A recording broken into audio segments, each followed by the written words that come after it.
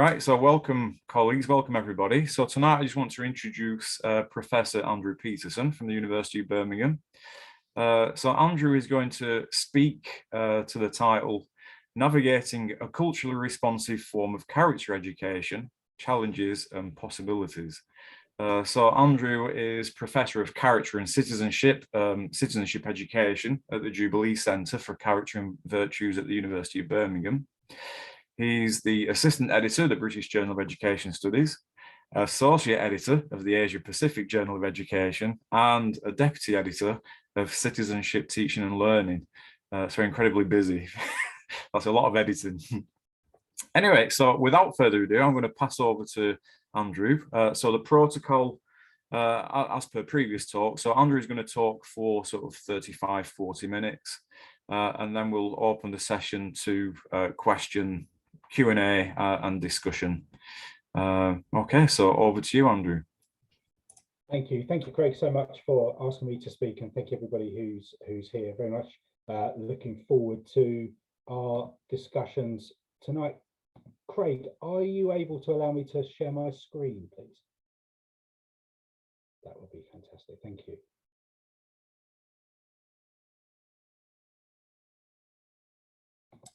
Right, you should now be co-host, so. Fantastic. Thank you very much. Now that should hopefully. There we are. Okay. So thanks very much again. As Craig said, my name is Professor Andrew Peterson. My email address is on the screen should anybody wish to email me or contact me afterwards. And I'm a professor at the University of Birmingham in the Jubilee Centre for Character and Virtues, and I'm one of the two deputy directors of the centre. And so the presentation tonight, I have slightly tweaked the title, very small change, but perhaps an important one based on some of the things that I'll say around navigating culturally responsive forms rather than a culturally responsive form in the singular, so forms of character education, and to think about some of the challenges and possibilities of that. And really the presentation and some of the ideas that I'll be talking through this evening is part of sort of ongoing work, really, ongoing project of mine in sort of my academic career, to work to advocate really for the relevance and the importance of character for citizenship, community engagement, and people working together for the common good. And that task, I'll explain why various points of the presentation, isn't necessarily straightforward when many critics of character education sort of position character and character education as part of the problem rather than part of the solution. And I want to say actually character is very much part of the solution. I've done that in various things I've written, and it's something which I'm going to be talking about tonight. So when we're thinking about culturally responsive forms of education, actually, in my view, character education is very much part of an appropriate forms of culturally responsive education, and we need to think more about what that looks like, and that's part of what I'll be doing today. And in the presentation, I hope to sort of combine some conceptual ideas and thoughts with also some empirical data and findings as well, and try and think about sort of the relationship between them. What I won't be doing is saying here is a very clear-cut notion of a culturally responsive form of character education or even forms that works in every context at every time, but rather trying to grapple with some of those issues. And particularly the focus on neoliberalism within the presentation is something I'm sort of working through and thinking more about in some of the writing that I'll be doing over the next year. Having said that, it would be remiss not to say something about what, at least a broad definition of what it is to be, or what it means to be a culturally responsive form of education more generally, and more specifically of character education. So just as a start and as a working definition, I want to say, and I know that this is, there will be some problems with this, but I want to sort of say that when we're defining culturally responsive, I mean, it's not just the recognition or the celebration of difference within a given community, whether that's a school, whether that's a local community or wider communities. But it's not just recognizing or celebrating the needs and interests of diverse groups, but actively engaging these through dialogue, through cultivating community and commitment, mutual fellow feeling, and working to foster the common good, but also to discuss what that common good might be, and that fundamentally involves ideas and conceptions of the good life. That doesn't mean that there's a singular conception of the good life at play, but it involves discussions and at least coming together to discuss what it might mean to live a good life and different versions of that. So that's some sort of preliminary remarks. Just in terms of the structure of the presentation, I'm going to say some things very quickly, in partly to set context about, well, if we're navigating, what is it that needs to be navigated? And when I say we, I mean educators more generally, but schools in England more specifically. I'm just going to say something very brief about Neo-Aristotelian forms of character education that inform my work and the work of the centre as a whole. And we need to understand a little bit about those to understand some of the criticisms that I'll be coming on to. So some recent and fairly persistent criticisms of character education. And then also to align those with a particular problem with these criticisms around neoliberalism that I think any advocates of character education need to respond to. But more fundamentally for this presentation, if we cannot understand neoliberalism and respond to neoliberalism, then we have no hope, in my view, of developing and understanding culturally responsive forms of education. I'll say something around school leaders and teachers' perceptions and practices based on empirical research, and then return to Aristotle, or at least Neo-Aristotelianism, with some conceptual resources that I think might connect fairly well to practice in schools. So that's sort of the structure of the presentation this evening. So what's the terrain to be navigated? The terrain is complex. There's so many things that schools are not only affected by, but often are tasked, whether by parents, government, others within the community, having to at least whether address or redress or solve or at least engage with. These problems are multifarious and obviously interrelated and complex. But when we think about some of the terrain to be navigated, well, schools operate as a time as microcosms of wider society at a time of civic and indeed moral and intellectual concerns, injustices, populism, lies, polarization, fake news, various concerns, so discontent really with common or with contemporary democratic life today. We all have the ongoing tensions around what it might mean to in some way share democratic values, particularly in pluralist societies, and the ongoing discussions, but also, as I say, very real tensions between whether it's even possible to find shared commitments and a shared sense of the good life, a shared sense of virtues and character within pluralist societies without in some way diminishing or being exclusive or unnecessarily exclusive around some groups' views of what it means to live a good life. Also concerns about the continued privatization of public life and the concomitant restrictions and changes of the privatization of public life and the restriction of what it means to be public, and sort of these divisions really that I think more and more need to be broken down between the private and the public, between the personal and political, between the individual and the collective, etc. I think much of the literature that we'll perhaps come on to is still in a way stuck in these overly dichotomous distinctions between private, public, let's say personal, political, individual, collective. And actually it's the intersections and the variations between and the movements between those various spheres and dichotomies that I think are more important and more relevant, more generally to public and political life and to what it means to be a citizen, but also to the work of schools and young people and their lives.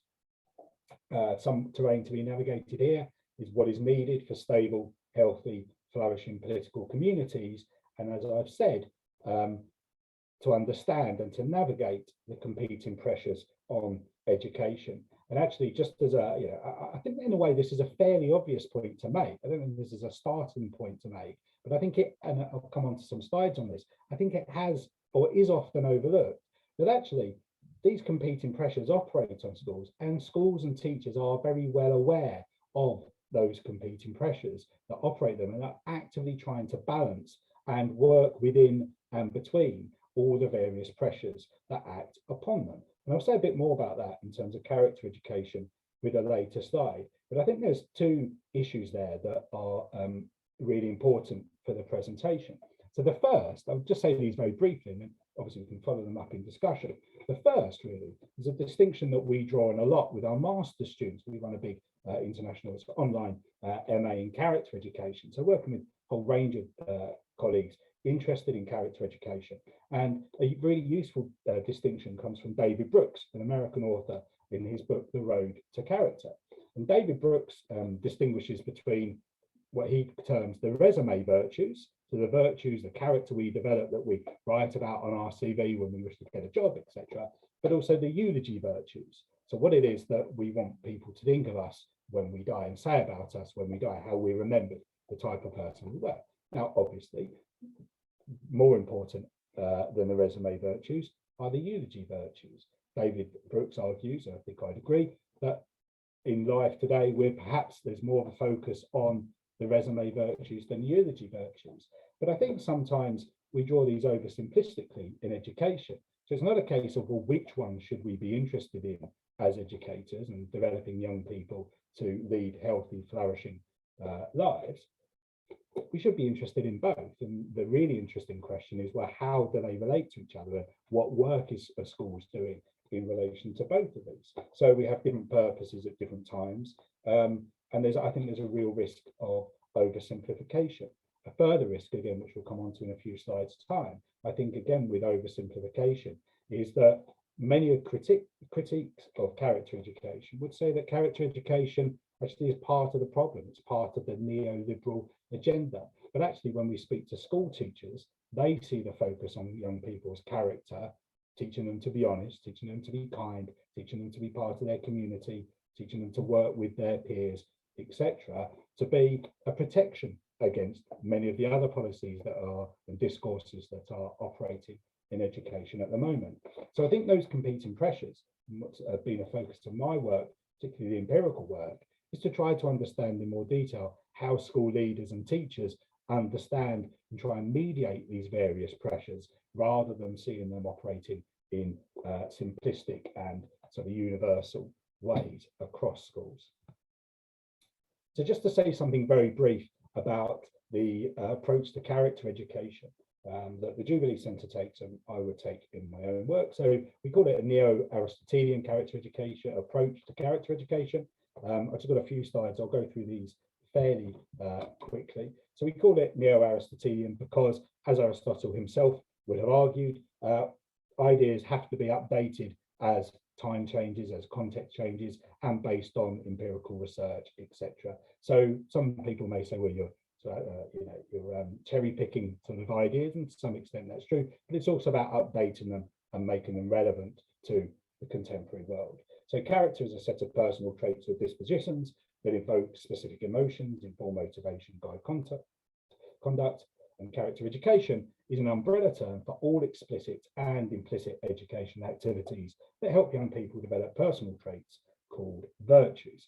And I would argue, as the Centre would very strongly, that not only is no form of education neutral, but also all forms of education, or at least a large degree of education, implicitly or explicitly, is about developing young people's character, whether teachers recognise that, whether schools recognise that or not. So fundamentally, schools are in the business of developing pupils and educating pupils to be of a certain kind. Now that can be directed positively or negatively or a mixture of the two as well. But I just think it's an empirical fact that, that schools are in the business of developing young people's character.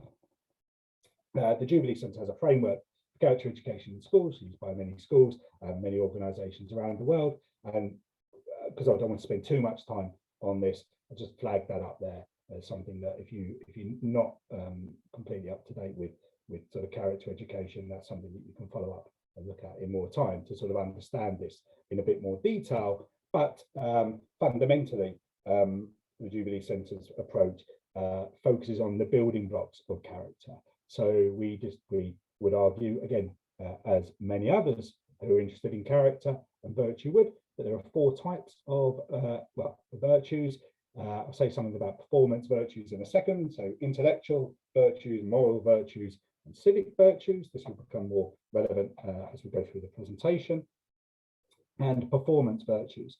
Now, performance virtues, we call them virtues. Strictly speaking, they're only virtues when they are in pursuit of intellectual, moral, and civic, so when they're morally worthwhile. So resilience, confidence are, I would argue, and the centre would argue, are not morally worthwhile in their own right, but they become worthwhile when they're put to work in for moral, civic, and intellectual virtues. And then absolutely crucial is practical wisdom. So practical wisdom is, or phronesis in Aristotle's term, is the integrative virtue developed through experience and critical reflection, which enables people to know, desire, perceive, know, desire, and act with good sense. So this includes discerning deliberative action in situation where virtues collide.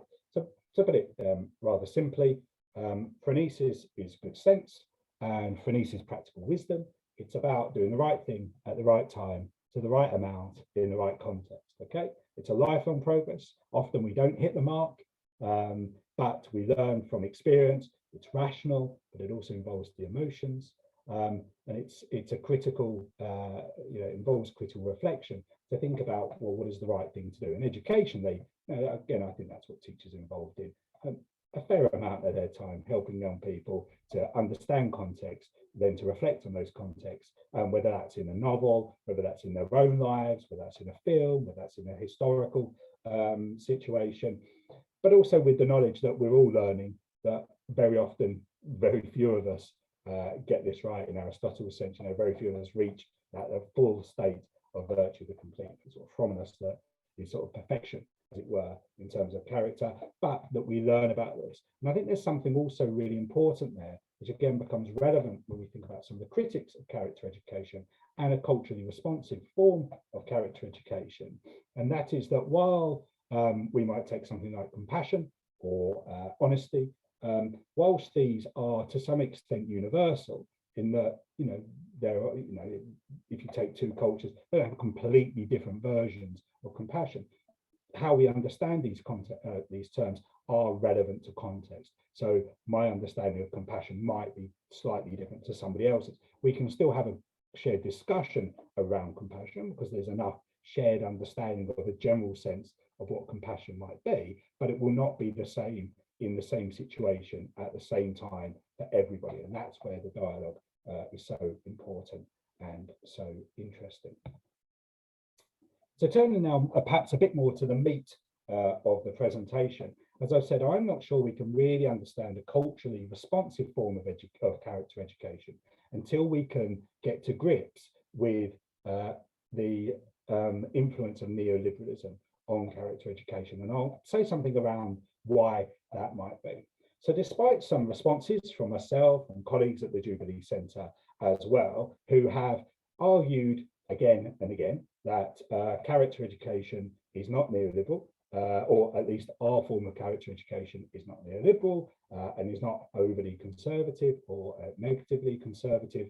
So despite that, and some interesting work on character and critical consciousness, and some sources there from colleagues in the States, the criticisms of character education keep coming. So you have a picture of a book there, Rise of Character Education in Britain, by Lee Jerome and Ben Kisby. So I'd just like to spend some time just outlining some of these criticisms of character education. Now, to some extent, these criticisms are difficult to pin down.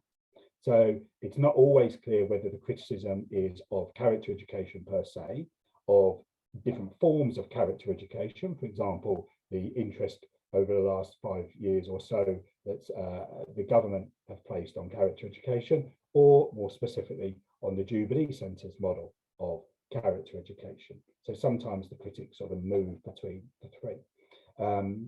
Second, these criticisms are at times drawn simplistically, and I'll say something about that in terms of government policy. But they might say, well, the government policy is neoliberal. But actually, when we look at even government policy, which does have some aspects that are, which I'll come on to, that are perhaps less of the form of character education than we would argue, they're often mixed. So whilst they do talk about resilience, but they do talk about bounce back ability, whatever that might mean, they also talk about altruism, they also talk about community, etc. So it's always the case that we might be talking about elements that are more something and less something, rather than this sort of black and white, blanket statements that can be made. We also have to say, I should say, that some of the criticisms are just incorrect. So just as a small aside, in a recent paper published in the Journal of Curriculum Studies, a high-ranking journal, Peter Hart said very little, if anything, is said by the Department for Education or the Jubilee Centre about the effects neoliberalism has on citizens' mental health, or about how the pressure of the current education system better facilitates aggressive competition than virtues of cooperation and care. So clearly, hadn't read my book on compassion and education and other colleagues' work. So it's a bit of but being more serious about some of these criticisms, what's the criticisms that's levelled at character education, and particularly around this sort of neoliberalism? So Allen and Bull have said that character education in the UK, or in England at least, is part of a conservative neoliberal political agenda that incorporates an individualist, responsibilized and depoliticized psychological turn. Lee Jerome and Ben Kisby have said that character education ought not to be seen, I should say the references are all in the final slide as well, if you want to follow them up, that character education ought not to be seen as simply a conservative, backward-looking nod to older traditions of Victorian virtues. Rather, it is more correctly positioned within contemporary ideological developments supporting neoliberalism. The individualized and moralistic perspective adopted in character education teaching resources, particularly those produced by the Jubilee Centre, they argue, represents an intensely ideological perspective in its own right. And they have said that the resurgence of interest in character education in the UK and the forms it has taken reflect a general trend in education to promote a narrow kind of individualized and responsibilized citizenship. So in line with this view, they suggest that character education to be a form of self-work where individuals are expected to develop their individual capacity to confront the demands of global economy and to become ideal neoliberal citizens. Now, I've partly responded to this in the paper in 2020, but my colleague Christian Christensen, in an article that came out in the Journal of Beliefs and Values, has had some things to say that I think are useful. So he has said that, for example, including neoliberal terms, including neoliberal, tend to be used in these criticisms in a fairly vague and bloated sense, often amounting to little more than trendy sloganeering. He also said that the term neoliberalism also contains some complexities and obscurities, as it's often used in a pejorative sense only, rather than a self-attributed one. Because the only people who seem happy to accept the self-description of neoliberalism are those who used to be called libertarians in previous times, people who are, of course, anything but social conservative, but who promote laissez-faire policies in social as well as economic matters. So Christian also says neoliberal in the sense of being individualistic. Well, that is a somewhat remarkable charge. And I think this is important as well, given that Aristotelians are more commonly accused of being too collectivist in the sense of understanding human beings as political animals and of not acknowledging the possibility of virtue except in just communities. So in many essential ways, Aristotelian flourishing is a shared communal activity aimed at virtue. So we seem to be in, I think, somewhat of a quagmire. And as I said at the beginning, I think we need to nail down this challenge of neoliberalism if we really to understand what culturally responsive forms of character education might be. Because if character education is indeed neoliberal per se, or if particular forms of character education are neoliberal, then I think the whole project of a culturally responsive form of character education falls down and falls flat. So I think, whilst I disagree, obviously, with the criticisms, I do take seriously the need for character educators to respond to these criticisms of character education being neoliberal and promoting neoliberal forms of citizenship. So while definitions of neoliberalism may vary and elements of it can be tricky to pin down, I think there's some sort of general agreement that at the heart of neoliberalism are some following interconnected principles. So firstly, competition in all areas of life, including moral and political relationships, the assumption of meritocracy that sees inequalities as largely, if not solely, the result of individual strengths and deficiencies, and a focus on choice. Individuals choose how they constitute themselves, as well as choice in the competitive market. So as Olson suggests, in classical liberalism, the individual is characterized as having an autonomous human nature and can practice freedom. Whereas in neoliberalism, the state seeks to create an individual that is an enterprising and competitive entrepreneur. Somewhat similarly held again, sort of aligning with or implicitly referring to meritocracy, says that the liberal portrayal of the self-sufficient individual enables the privilege to falsely, as the neoliberal portrayal, enables the privilege to falsely imagine that dependencies hardly exist. And when they are obvious, to suppose they can be dealt with as private preferences, as when parents provide for their infants. The illusion that society is composed of free, equal, and independent individuals who can choose to be associated with one another or not obscures the reality that social cooperation is required as a precondition of autonomy. So there are two particular concerns and aspects of this that I think are of particular importance for character education generally, to respond to the critics of character education, but also to pave the way for culturally responsive forms of character education. And they are firstly, so these are forms of character education, to put it very simplistically or simply, that we should be concerned with. Okay, so we should raise issues, and I absolutely agree with critics of character education. But I know no character educator of a Neo-Aristotelian bent who would support these particular views, that character is inseparable from the economic, but can be separated from the political. And I think what doesn't necessarily help is the cherry picking of quotations from politicians who have advocated for and indeed implemented policy on character education. But we can see some of these concerns there.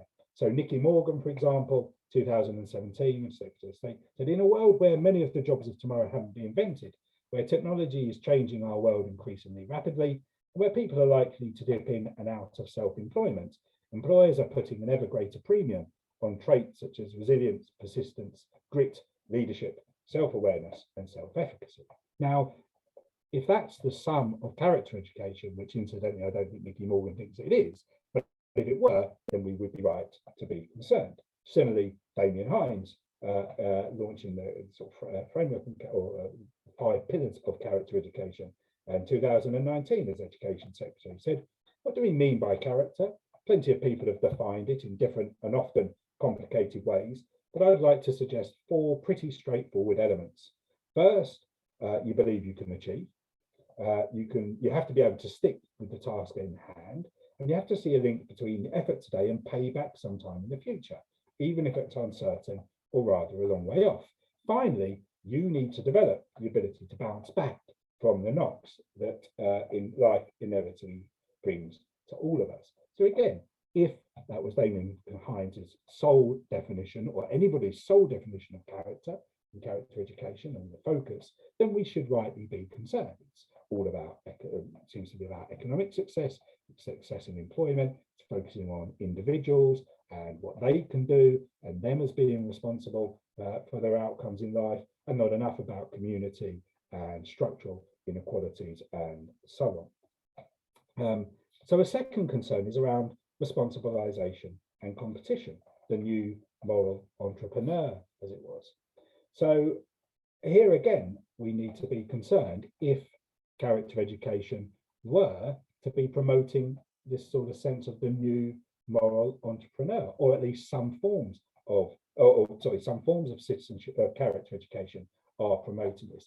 And, you know, it's the responsible neoliberal citizen who acts as economic self-interested individual responsible for their own outcomes and choices in life. This is a very different notion of citizenship to the one offered by Bernard Crick in the Crick report and Crick in his essays on citizenship, that actually had a lot in common with Aristotelian views on citizenship that informed the introduction of statutory citizenship classes in 2002.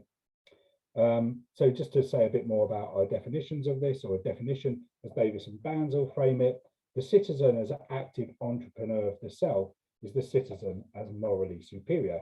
This is not simply a reactivation of liberal values of self-reliance, autonomy and independence as the necessary conditions for self-respect,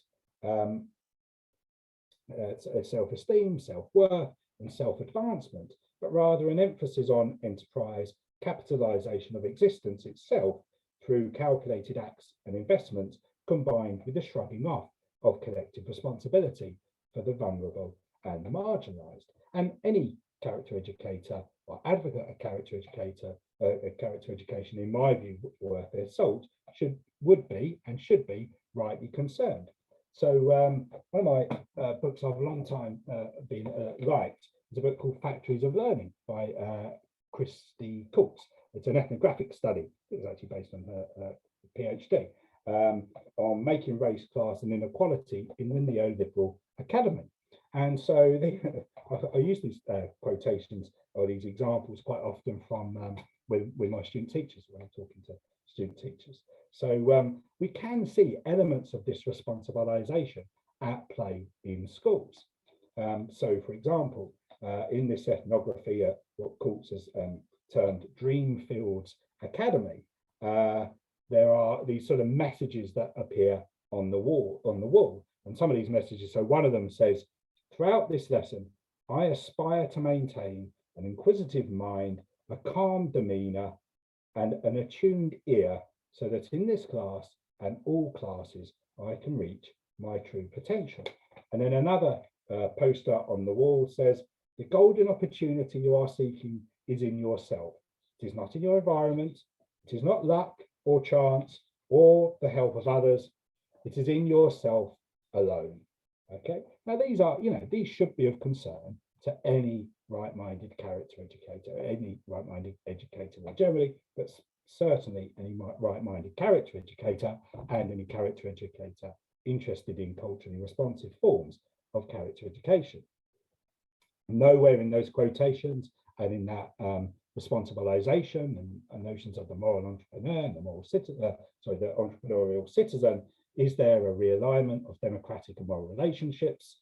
And actually what they involve is an active, radical perhaps, realignment of democratic and moral relationships that is inimical to and problematic for culturally responsive forms of character education, to the extent to which they undermine notions of solidarity and association, positive forms of community, care, service to others, and the core idea that our character develops and finds expression in and through social connection.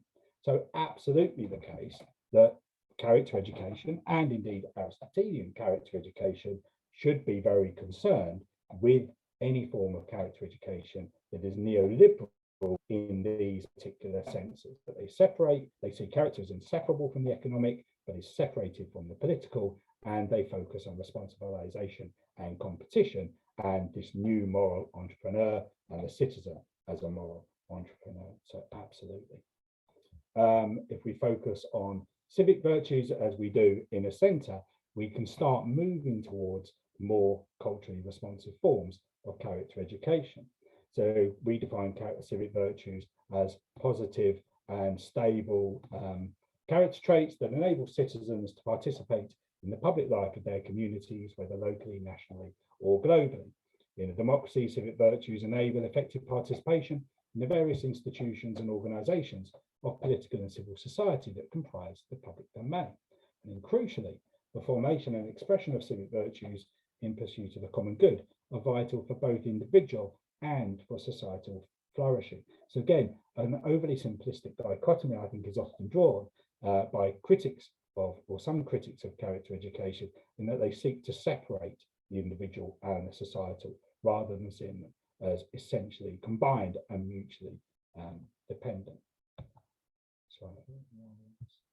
There we go. So turning perhaps to some more empirical search and what it might mean to develop a culturally responsive form of character education. I thought, rather than me sort of coming up with a conceptual model or offering, say something a bit more about that on the next slide. It would be more relevant and important to think about, well, what are schools actually doing? So how do schools, school leaders and teachers perceive and report their own practices for developing culturally responsive forms of character education? Well, in various projects that I've been involved in Australia and in England, and a current project I'm involved in now, this sort of question, various aspects and various versions of this question, but has been central to my empirical research. And actually, what, if we're trying to come up with a slide to say, well, what is it that they talk about? Well, they talk about, culturally responsive character education involving at least these things, explicit attention. Again, I don't think any of these are overly radical, but explicit attention to the civic curriculum, a focus on civic relationships and role models within the community, within the school, an explicit focus on civic virtues, using the language of civic character so that pupils are able to make connections and reflect and enter discussions and dialogue with each other, but they need a language to do that. A focus of civic virtue in the mission and ethos, serving communities, viewing communities as students and assets. Yeah, all these things that are on there. But what's coming out of our most recent research, and I think this echoes research I've conducted in various contexts, in various types of schools with various school leaders and pupils as well, are a number of things that I think are interesting and really reflect how schools are working in this area. So the first is the balancing and the awareness of the competing pressures and trying to find ways in which they can enact and develop culturally responsive forms of character education or education more generally that are deliberative, that are involved in serving communities, that do present and engage with communities and students and diverse communities and students as assets, that engage with democratic pedagogies, etc., whilst also having to deal with various other pressures on their time as well, and discourses, and also positioning this work as very much, as I said earlier in the presentation, positioning it almost as a bulwark, as a protection against some of these other more negative pressures that operate on schools at the time.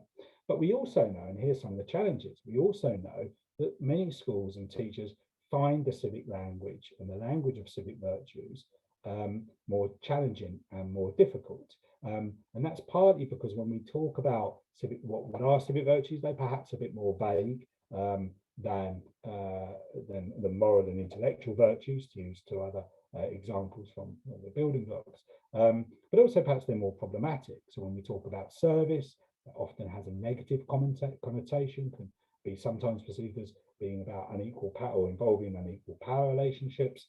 So what schools often do in response to that is to fall back, and I'm not saying that fall back in a negative way, but to fall back on moral and intellectual language. So what type of citizen do we want? What type of culture, or how do we want to respond to diversity, for example, within our culture or to different cultures within our school? Well, we want to deal with that with compassion, with care, with honesty, with a sense of trust, critical thinking, curiosity. So they invoke moral and intellectual virtues, or they perhaps use more general terms. And I can understand why. So we develop respect, we work, we focus on community. I can understand why, but I think those more general terms are slightly problematic because I think they're difficult for students to get a grip on and to grasp.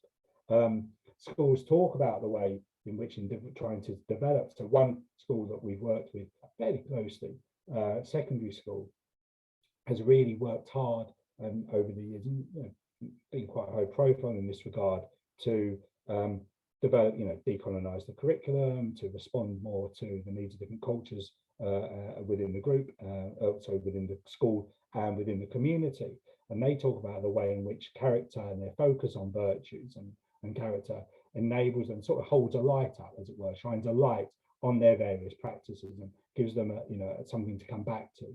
Are our policies on such and such school uniform, whatever it might be, is our engagement really representative of what we believe as a school? Is it compassionate? Is it deliberative? Whatever it might be. And so that provides a basis, and those virtues provide the basis for that discourse. But I think also fundamentally what schools and teachers are telling us, and something that's come out of our recent sort of interim report from our Civic Virtues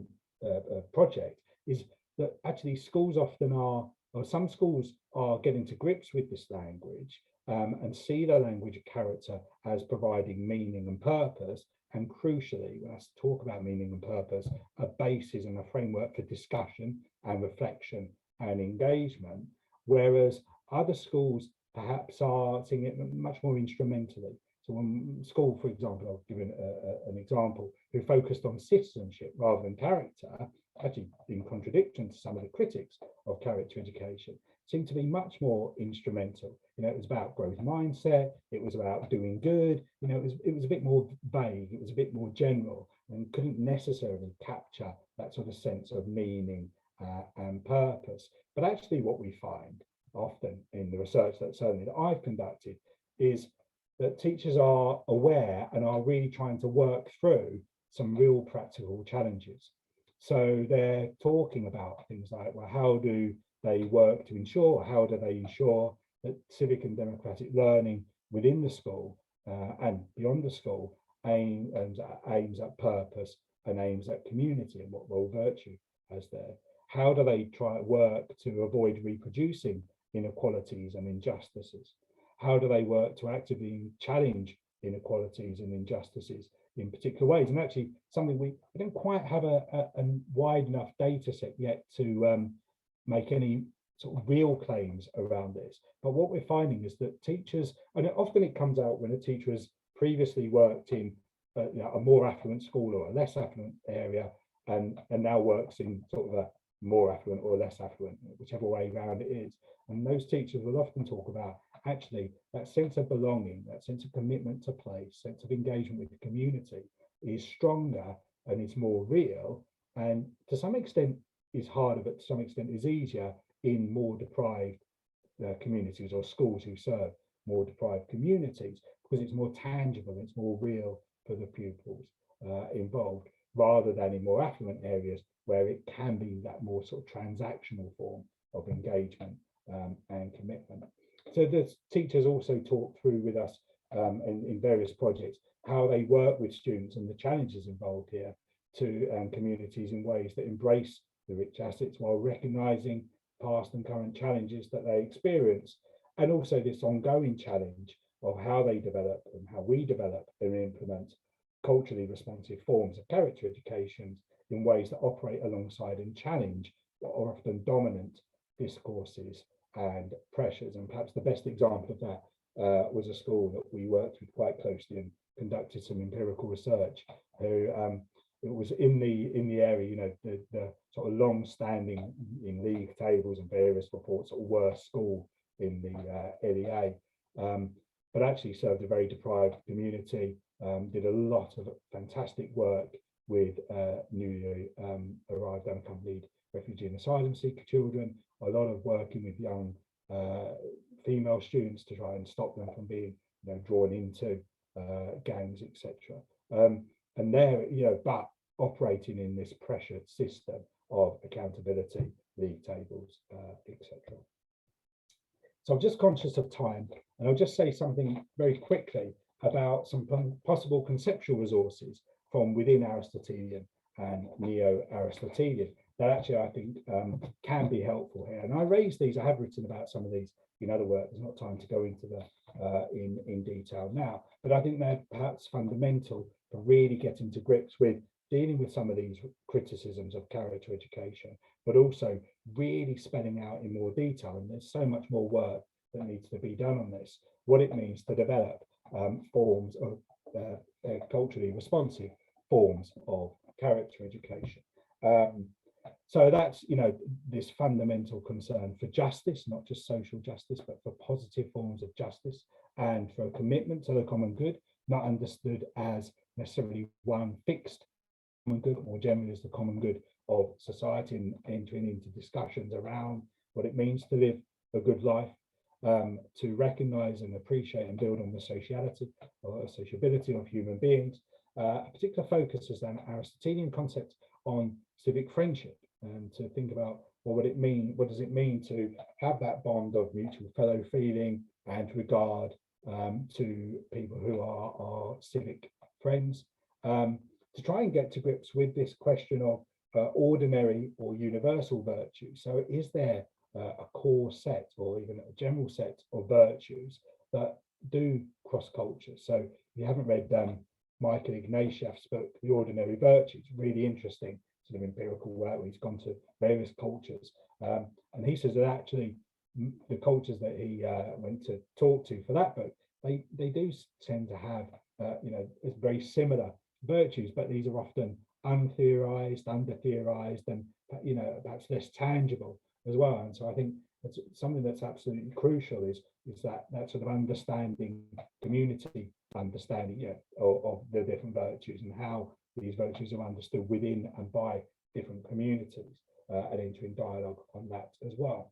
And then thinking about the role of character and virtues in helping us to understand and to negotiate difference, and helping schools and pupils to help us to understand and to negotiate difference themselves, to negotiate difference with humility, with compassion, with honesty, etc., and whatever that may be.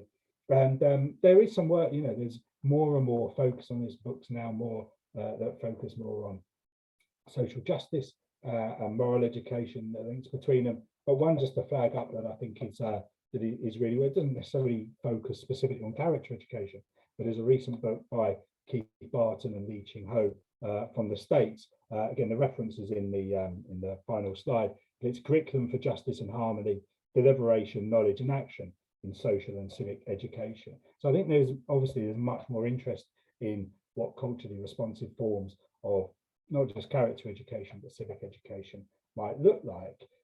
But I think we have to, as I've said, get to grips with, well, what really does it mean for character education and citizenship to be neoliberal? And if we can avoid that and overcome that and be very clear about what that is, then we're at least much further along the journey of trying to detail and understand culturally responsive forms of character education. So, Craig, thank you very much. Apologies if I've gone over time a bit, and I'll stop the share there. But thank you. Thank you, everybody, for listening.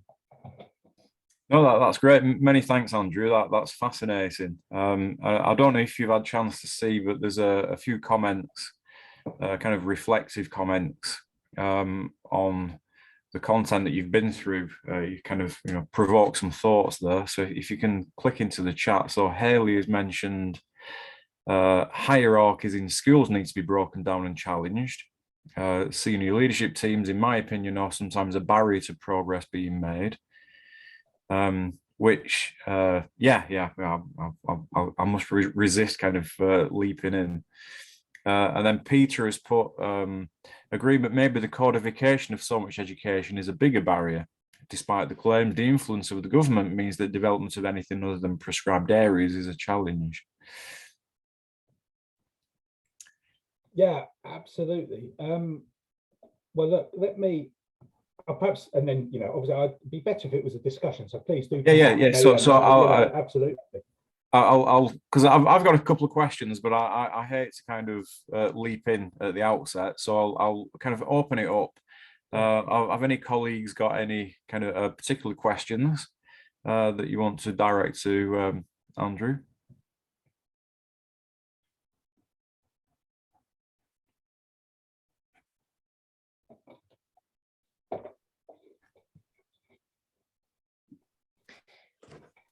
So, Andrew, did you see? I don't know if you can read my comment about faith schools, and that's based on my experience. I don't want to present that as some sort of fact.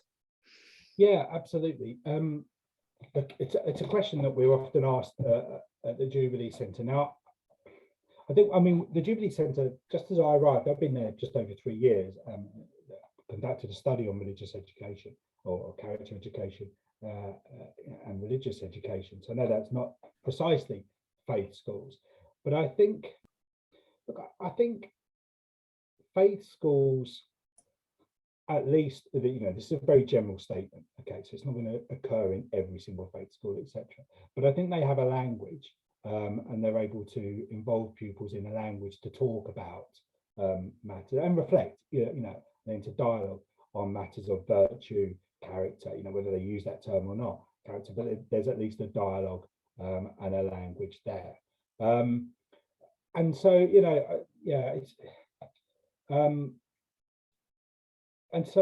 I think that language is so important. So when we talk to schools, character education schools, I think it's really important, culturally responsive forms of character education. It's that language that is absolutely fundamental, because the example I always use is when I was speaking to school leaders in Australia and looking at different practices and trying to understand that. And you're going, and again, some schools, it's almost like, you have to be there to feel it, and you can just see that everything is so positively linked and joined and part of the ethos. So you really it's there. Everything is just sort of happening, and it's spread throughout. Everybody's bought into it, and this is working really well. And then you go to another school, and they do lots of stuff, but it isn't shared by that common ethos.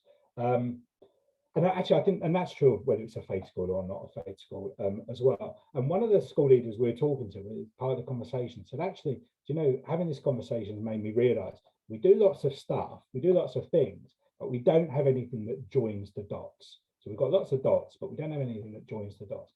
And it seems to me that that language is so important in enabling, giving people their access to talk about and to engage in reflection and to engage in different understandings. That doesn't mean that they have to then commit to that understanding, but it at least gives them a framework from which to approach discussions on what it means to be honest, what it means to be kind, what it means to live a good life as well. So whether faith schools do that better or not, certainly you don't have to be a faith school to do it well, clearly. But I think they perhaps, some of them at least have that more embedded language in which to develop those conversations with young people and with parents and communities, of course, and staff. Yeah, excellent, thanks. One area that you've kind of covered that I'm kind of particularly chimes with me is the kind of emphasis on neoliberalism and how kind of pervasive and powerful the kind of the characteristics, for the want of a better term, associated with neoliberalism, such as kind of intense individualism and competition and entrepreneurialism. So kind of, to what extent is character education able to counteract or resist those kind of influences within schools, but also throughout wider education? Because, the whole notion of competition and testing and the kind of selfish pursuit of the best grades, that they tend to be very sort of self-focused, so to what extent can we have a kind of form of character education that can counteract that, do you think? Yeah, and this may well sound like I'm trying to sort of pass the buck, as it were. I think it's really challenging, because the more hopeful side of me would like to say, actually, schools and teachers, a lot of them are doing such fantastic work. They are focusing on character. That's what matters to them. Just as an anecdote, we did a study with parents and teachers, and I think it's interesting, at least interestingly, when you said to parents, what would you prefer schools to focus on? What you prioritize and think is most important in your child's education? They said character over, work, success in work, exams. Yeah. When you said to teachers, they said character. When you said to parents, what do you think teachers prioritize? They said, we think teachers prioritize academics and work. When you said to teachers, what do you think parents want? They didn't say character. They said work. So really, I think most teachers, and that's why the work on character education actually really appeals to teachers, because fundamentally, and this is why I think some of the critics miss the point, that fundamentally most teachers are involved in education because they want to help young people to live better lives, to be whatever we might mean by better, but to be good people and to be part of their community, to feel they belong and to be happy and to flourish. Now, so the hopeful side of me says actually they're doing fantastic work there, but the more perhaps realistic side of me thinks actually the pressures are so intense, and I think are so intense not just from government and schools, Yeah. but also just in life more generally. Whether that's around tutoring or whether that's around, sport, the sort of involvement and just the opportunity. I think so, to sort of paraphrase this, it used to be that the school time, they were the best days of your life, but we're sort of now but they're the most important day, because if you fail now, you might as well give up. You might as well give up and go home. And that sort of pressure is so prevalent now that I think that's sort of the real issue. I think it's always been there, and one thing we have to recognize is that preparing young people for employment is not a bad thing. It's a bad thing when it's the be all and end all. It's a bad thing, if it's done negatively. But it's part of education. Same as achieving academic qualifications is part of education. But it's how dominant and how that's phrased, and the implications of that for young people, and the pressures that it puts them, and teachers obviously, on as well. So I'd like, we see it in schools all the time. We see schools just doing such sterling work, and teachers doing such sterling work to support young people and to protect them in many ways as best they can, and to really prioritise what's important. But those pressures are fairly relentless as well. So as I said, it might sound like I'm sort of sitting on the fence, but it's such hard. No, it's a very balanced response. Yeah, thanks. We're almost at time, so I'd prefer not to leave it on a question that came from me. So, any other colleagues here, have you got a question that you want to kind of put the last question to Andrew?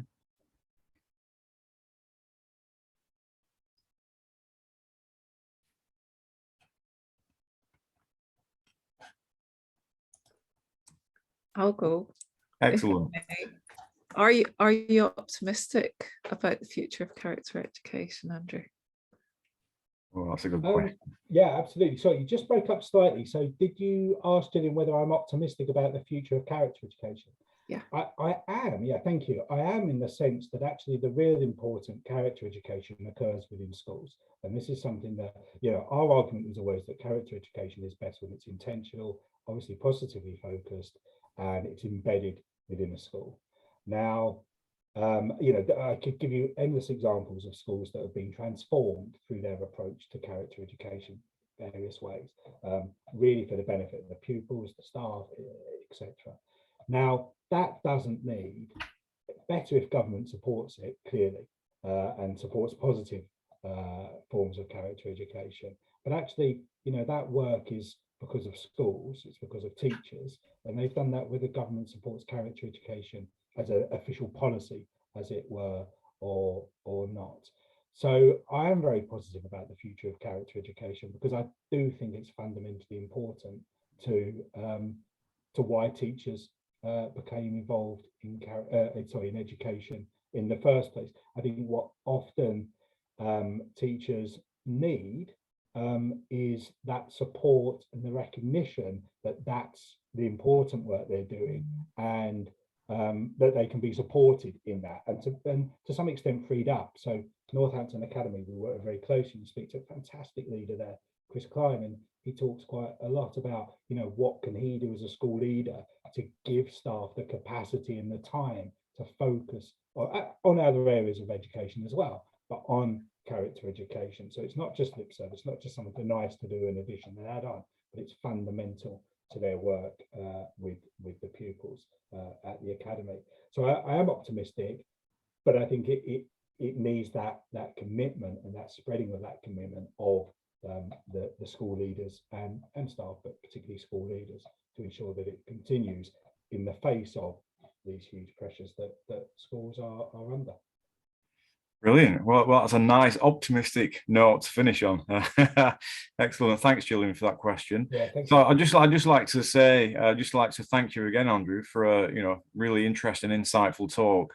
I see the comments coming up now, so I can, it's clear that colleagues have really enjoyed it and got a lot out of it. So many thanks again, and thanks colleagues for coming along and attending and supporting. So I will make the recording available. It'll probably be in about a week's time. So thanks, many thanks. I will bid you all good night. Good night. Thank you. Thank you. Thank you.